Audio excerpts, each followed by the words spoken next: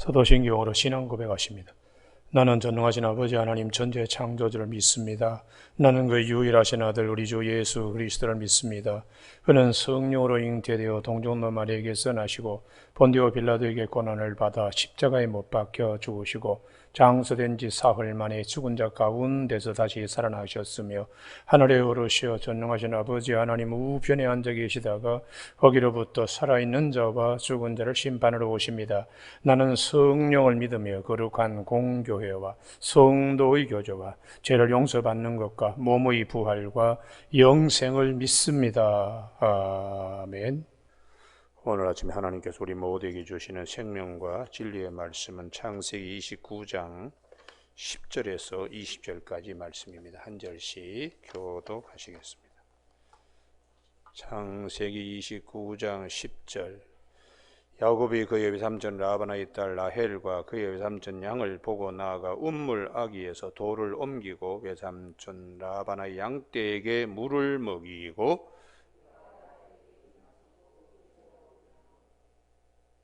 그에게 자기가 그의 아버지의 생지녀 리브가의 아들됨을 말하였더니 라헬이 달려가서 그 아버지에게 알리매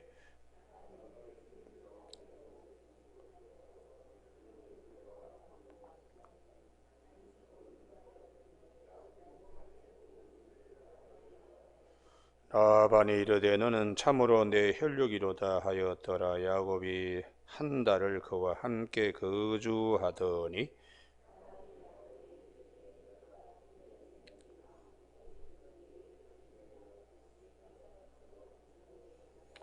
라반에게 두 딸이 있으니 언니의 이름은 레아요 아우의 이름은 라헬이라.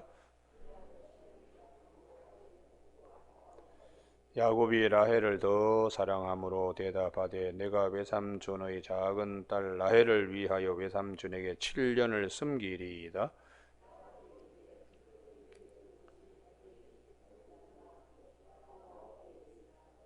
같이 읽습니다. 야곱이 라헬을 위하여 7년 동안 라반을 섬겼으나 그를 사랑하는 까닭에 7년을 며칠같이 여겼더라. 아멘. 마지막 20절 말씀에 야곱이 라헬을 위하여 7년 동안 라반을 섬겼으나 그를 사랑하는 까닭에 7년을 며칠같이 여겼더라 하는 말씀. 사랑하면 아무것도 아깝지 않습니다 라는 제목으로 말씀을 나누겠습니다. 우리가 야곱이 우리가 잘 아는 것처럼 외삼촌 라반의 집에 이후에 품삯을 10번씩이나 거짓말하고 바꾸고 하여튼 그럽니다. 그래도 야곱이 무너지지 않는 이유는 두 가지입니다. 하나는 창세기 28장 15절에 내가 너에게 허락한 거 다 이루기까지 너를 떠나지 아니하고 이 땅으로 꼭 돌아오게 하겠다는 언약의 말씀 때문에 야곱이 무너지지 않고요. 두 번째는 그 10번의 품삯 변개 가운데도 라헬을 사랑하기 때문에 사랑의 힘이 얼마나 큰지 사랑하는 사람이 있기 때문에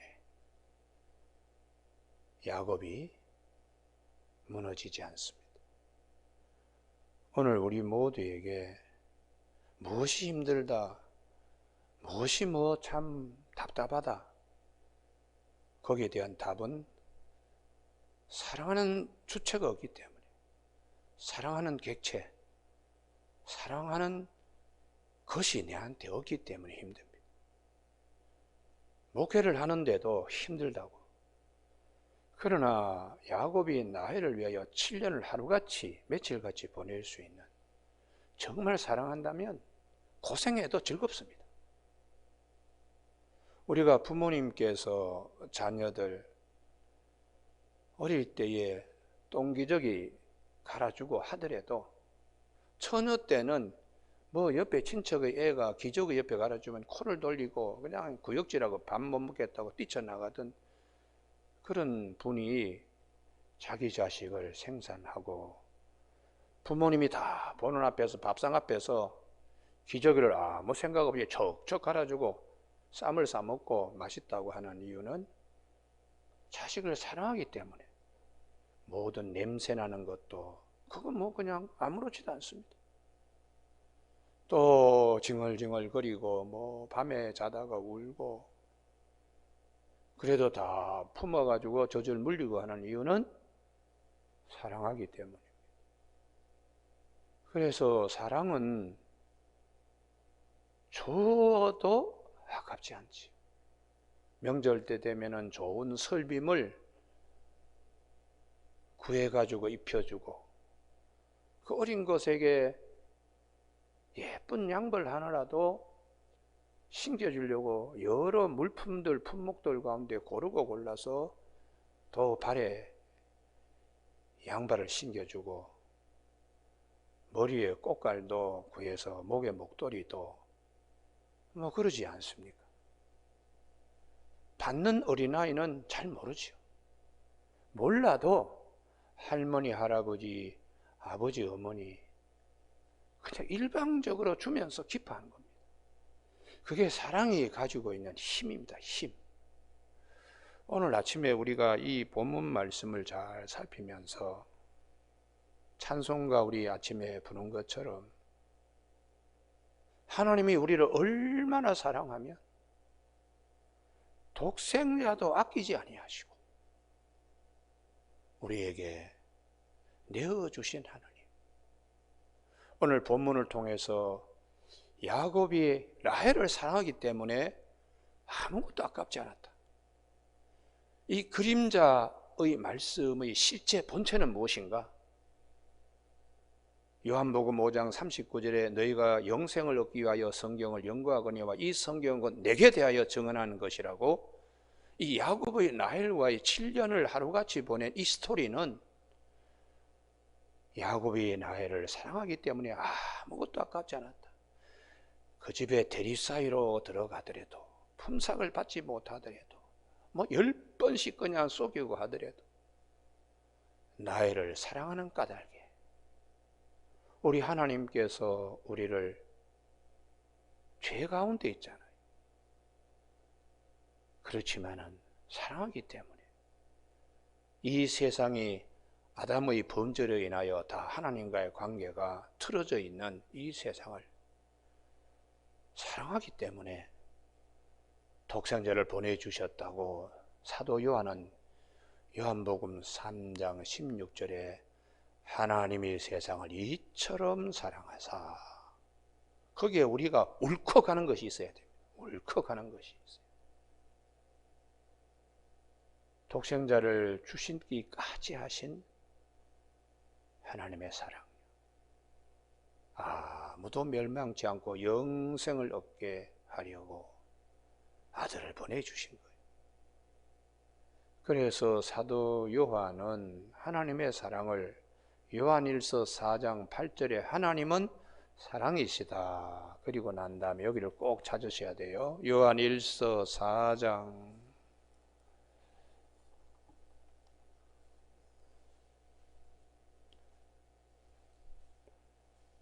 8절. 하나님은 사랑이심이라. 사랑하지 아니하는 자는 하나님을 알지 못하는 이는 하나님은 사랑이심이니라. 하나님의 사랑이 우리에게 이렇게 나타난 바 되었으니 하나님이 자기의 독생자를 세상에 보내심은 그로 말미암아 우리를 살리려 하심이라. 같이 읽습니다. 10절. 사랑은 여기 있으니 우리가 하나님을 사랑한 것이 아니요 하나님이 우리를 사랑하사 우리 죄를 속하기 위하여 화목제물로 그 아들을 보내셨습니다. 십자가에 달려 돌아가시기까지 모든 인류의 죄를 대속하기 위하여 십자가에 달려 돌아가시기까지 그렇게 우리를 사랑하신 하나님이세요. 옥하는 목사님이 살아생전에 제자훈련을 목회자부터 먼저 했습니다. 저도 굉장히 일찍 그 제자훈련 받았는데 서울 경기 지역에 서울 지역에 있는 사람들은 사전 예약을 안 했어요. 지방에 있는 사람은 전화로 사전 예약을 받고 100명으로 끊었습니다. 그러니까 서울에 있는 사람은 새벽기도 끝나고 거기가 줄을 서는 거예요. 왜냐하면 예약을 해야 되니까. 신청이 많으니까. 근데 어느 날 당신께서 여러 가지 목회에 대한 얘기를 하시는데 제가 지금도 참 저렇게 하니까 사랑의 교회가 옥 목사님을 통하여 역사하시는구나. 예전에 사랑의 교회 서초동 그 술집 골목 속에 사랑의 교회가 있었습니다. 지금은 저 서초구에 아주 크게 이렇게 교회를 지었습니다만은 그 목사님께서 자기 목회 시작을 처음에는 상가에서 시작했는데 한 여자분이 서초구의 사람들의 수준에 맞지 않게 옷차림이나 여러 가지로 이렇게 와서 저분이 좀 어려운 분이구나 이렇게 생각을 했는데 그때는 또 거기에 비닐하우스도 있고 아파트도 들어오지만 예배 시간 새벽기도 빠지지 않고 그렇게 열심히 해서 아니 저 정도 열심히면 한 신방을 받고 신방 예배 라도 한번 할만한데 신방을 받지 않고 열심히 나오시더라고요.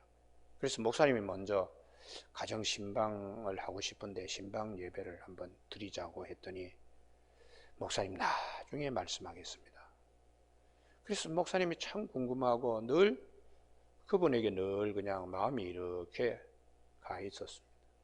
근데 어느 날 목사님이 그렇게 기다리던 신방 예배를 어느 날 그분이 요청했습니다. 갔더니 그 집에 가정부였습니다. 주인이 어디 여행을 간 사이 집이 비어서 그 집에 목사님 모시고 예배를 드렸다. 그리고 난 다음에 얼마 있다가 이 여성이 암에 걸렸습니다. 그러자 그 집주인이 이 가정부 여성을 보내는데 오갈 데가 없는 거예요.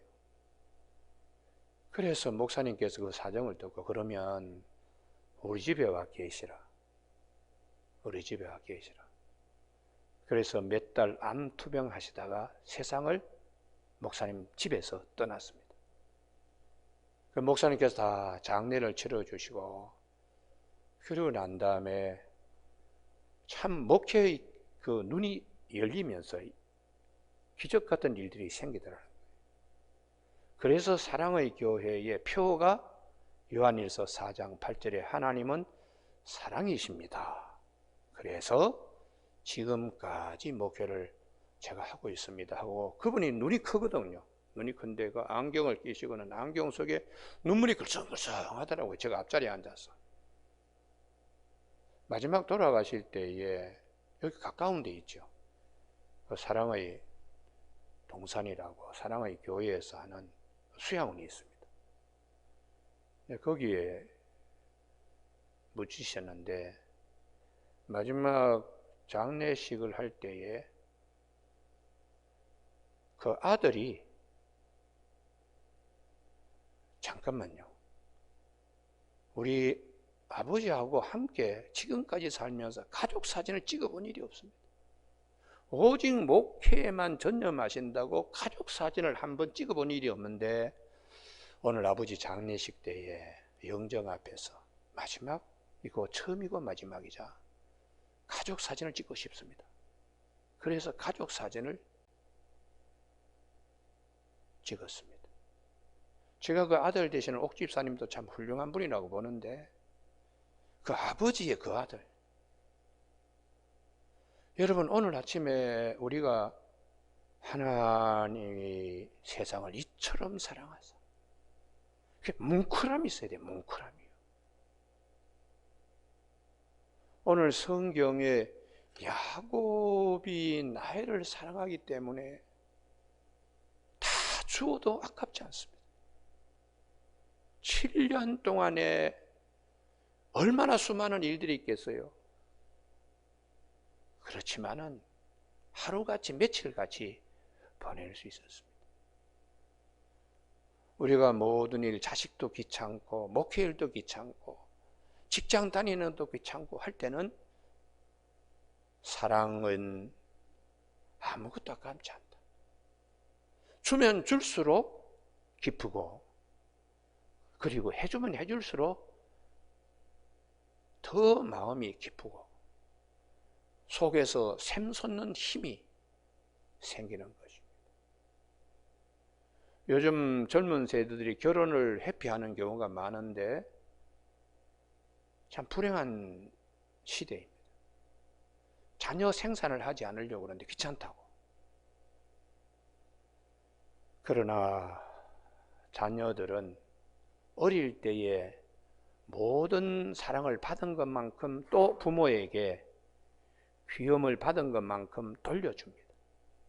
그래서 인생이 무엇인가. 그 아이들 첫걸음 뗄 때에 온 가족이 기적이 일어난 것처럼 아이고 엉금엉금 기는 것도 아이고 배를 뒤집네. 아이고 저렇게 엉금엉금 기어다니네. 그거 성장할 때마다 그냥 기적이 일어난 것 같죠. 기적이요. 말을 처음 할 때에 뭐 세상에 창이 열리는 것처럼 기적이 일어난 것처럼 그리고는 그냥 첫걸음 뗄 때에 그 기쁨은 이루 말할 수 없습니다. 좁은 방바닥에서 그냥 키우면서도 아이가 첫걸음을 뗄 때에 친척들에게 알리고 아이고 뭐 그냥 첫걸음 뗐다고.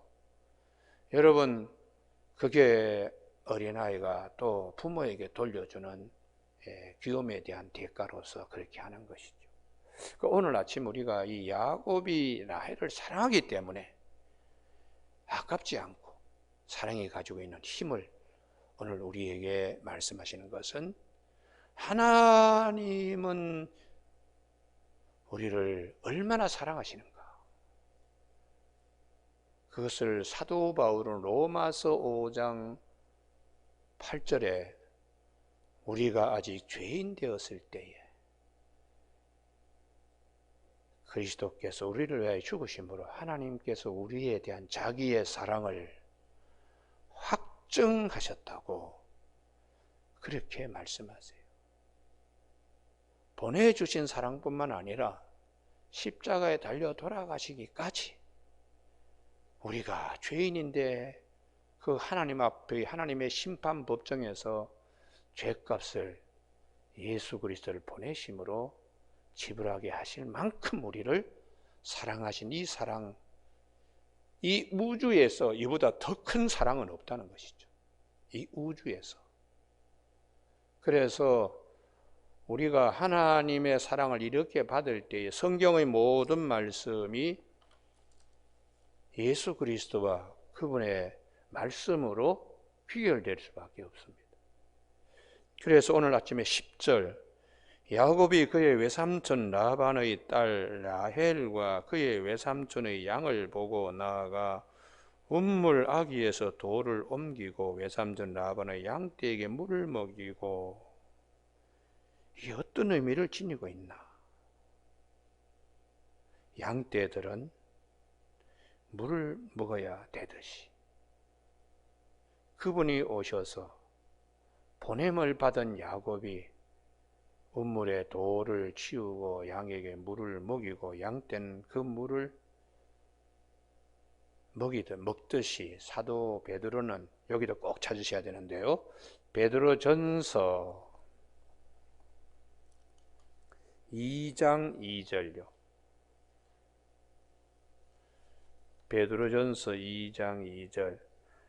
갓난 아기들 같이 순전하고 신령한 젖을 삼으라. 할렐루야. 양떼들이 목이 말라서 운물에 물을 꿀꺽꿀꺽 마시듯이 신령한 젖을 사모하라고. 우리가 이 신령한 젖, 성경 말씀에 하나님이 우리에게 주시는 말씀입니다. 말씀. 그냥 그 가서 돌 옮기고 양들 물 먹었구나 이렇게 지나갈 것이 아니라 이 말씀이 우리에게 주시는 말씀이 뭐냐? 짝이 되는 말씀이 뭐냐? 구약이 신약을 말하고 신약이 구약을 말씀하신 짝이 되는 말씀이 무엇인가?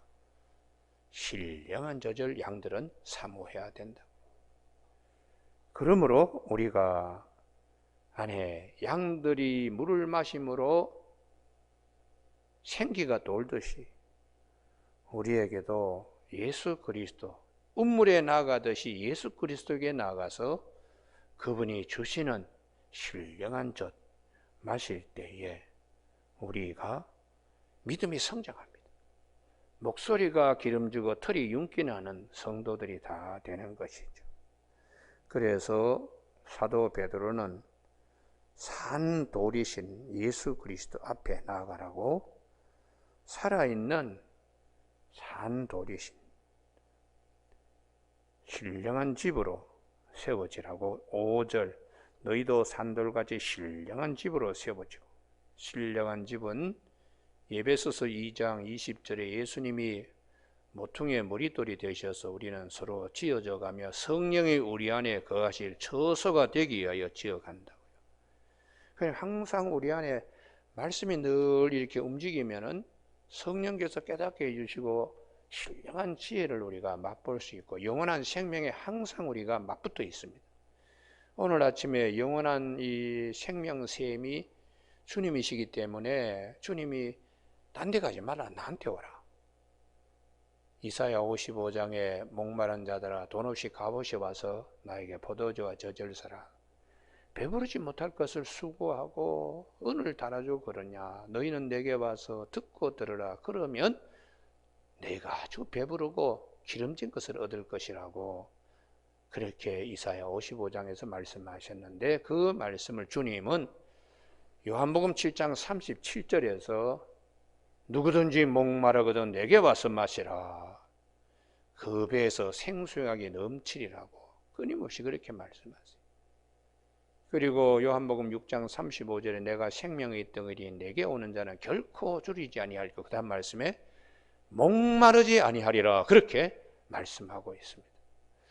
오늘 아침에 하나님은 우리에게 그냥 아들을 아낌없이 주셨는데, 그 보내심을 받은 아들은 우리에게 양들에게 물을 우물에서 먹도록 이렇게 야곱은 그렇게 하듯이 예수님은 오늘에도 우리에게 그렇게 하시는 분이십니다. 그 다음 말씀인데요, 13절 라헬이 그의 생질 야곱의 소식을 듣고 달려와서 그를 영접하여 안고 입맞추며 자기 집으로 인도하여 드리니, 그 다음 말씀이에요. 야곱이 자기의 모든 일을 라반에게 말하며, 여기입니다. 야곱이 라반에게 말한 모든 일의 핵심이 아브라함에게 하나님이 약속하신 거, 아브라함이 어떻게 이삭을 생산하고 이삭이 어떻게 또 리브가를 아내를 얻었으며 또 리브가의 몸에서 자기가 출생하여 하나님이 어떻게 여기까지 보내셨는가, 아브라함의 하나님, 이삭의 하나님, 야곱의 하나님의 계획에 대하여, 내가 여기 왜 왔는가, 거기에 대하여 라반에게 말하는 것이죠. 보냄을 받은 자가 보내신 분의 뜻을 알려주는 거예요. 하나님의 아들이신 예수님이 왜 하나님이 예수님을 보내셨는가? 그래서 요한복음 9장에 실로암이라고 하는 말씀이 있습니다. 실로암은 보내심을 받은 거라. 그래서 주님께서 내가 여기에 온 것은 내 뜻을 이루기 위함이 아니고 아버지의 뜻을 이루기 위하여 보냄을 받았다고 요한복음 6장 38절에서 말씀하시며, 아버지의 뜻은 이것이니 내게 준 자를 한 사람도 잃지 않고 마지막 날에 모두 다시 살아나는 것, 거기에 있다고 주님이 요한복음 6장 38절 이하에서 말씀하고 있어요. 우리 모두가 야곱이 라반에게 자기가 왜 왔는가를 알리듯이 예수님께서 이 땅에 왜 오셨는가를 우리에게 알리시는 말씀의 본체를 붙으시기 바랍니다. 할렐루야. 구약의 이 사건을 통하여 하나님은 우리에게 예수 그리스도에 관하여 증거하고 예수 그리스도를 알게 하시는 거예요. 그래서 사도 바울은 로마서 4장 25절에 예수는 우리의 죄 때문에 내줌이 되고 우리를 의롭다 하기 위하여 부활하셨느니라. 주님이 오신 목적, 보냄을 받은 목적을 또한 로마서 3장 23절에 모든 사람이 다 죄를 범하였음에 하나님의 영광에 이르지 못하더니 그리스도 예수 안에 있는 속량으로 말미암아 하나님의 은혜로 값없이 의롭다 하시고 얻은 자 되었느니라. 본의 힘을 받은 예수님 때문에 우리가 막힌 담이 허물어지고 하나님과 화목된 관계가 되어서 영광에 이를 수 있도록 하신 이 은혜를 바울은 압축된 용어로서 말씀하고 있습니다. 그래서 이 감격이 너무 크기 때문에 로마서 5장 5절에서 하나님의 사랑이 우리 마음에 그냥 물붓듯이 부어되었다고 그렇게 우리에게 말씀하고 있습니다. 오늘 아침에 하나님이 우리에게 주신 은혜 사랑하기 때문에 여기에 15절에 품삯에 대한 얘기가 나오는데 이 품삯 주님은 사랑하기 때문에 자기 자신을 다 내어주었습니다. 우리를 사랑하기 때문에. 그래서 값없이 주님은 우리에게 다 주셨죠. 그래서 마태복음 20장 28절에 인자가 온 것은 섬김을 받으려 함이 아니라 섬기려 하고 자기 목숨을 많은 사람의 대속물로 주려고 함이라고 말씀하셨습니다. 우리가 이 하나님의 사랑을 이렇게 알면 그 다음에 낙심하지 않습니다. 이렇게 우리를 사랑하는데 내가 이 어려운 공고한 일에서 무너질 수 없지. 그게 사도 바울이 교회에 로마서 8장 32절에 자기 아들을 아끼지 아니하시고 우리 모든 사람에게 내어주시니가 어찌 그 아들과 함께 우리에게 모든 것을 주시지 않겠느냐 이렇게 말씀하고 있기 때문입니다. 아침에 하나님은 사랑이시다. 사랑하면 아무것도 아깝지 않다. 사랑하면 힘들지 않다. 사랑하면 어떤 것도 다 눈에 기쁘게 보이는 겁니다. 목회를 하면서요, 사랑을 잃었을 때에 뭐 성도들이 아무리 자기는 잘한다고 하지만 뭐 시트루하게 이렇게 봐요. 그러나 사랑하면 그 사람의 흠도 다 그냥 아멘 할렐루야가 되더라고요. 아멘 할렐루야. 왜냐하면 귀여우니까. 아이고 저분이 그냥 예전에는 아이고 새벽기도 그냥 교인들 올 때 왜 저렇게 소리를 내나 좀 사번 좀 들어지 그랬는데 제가 나이가 드니까 그러지 않더니 아이고 고맙지. 이 새벽에 아무도 오지 않는다면 얼마나 찬양할까.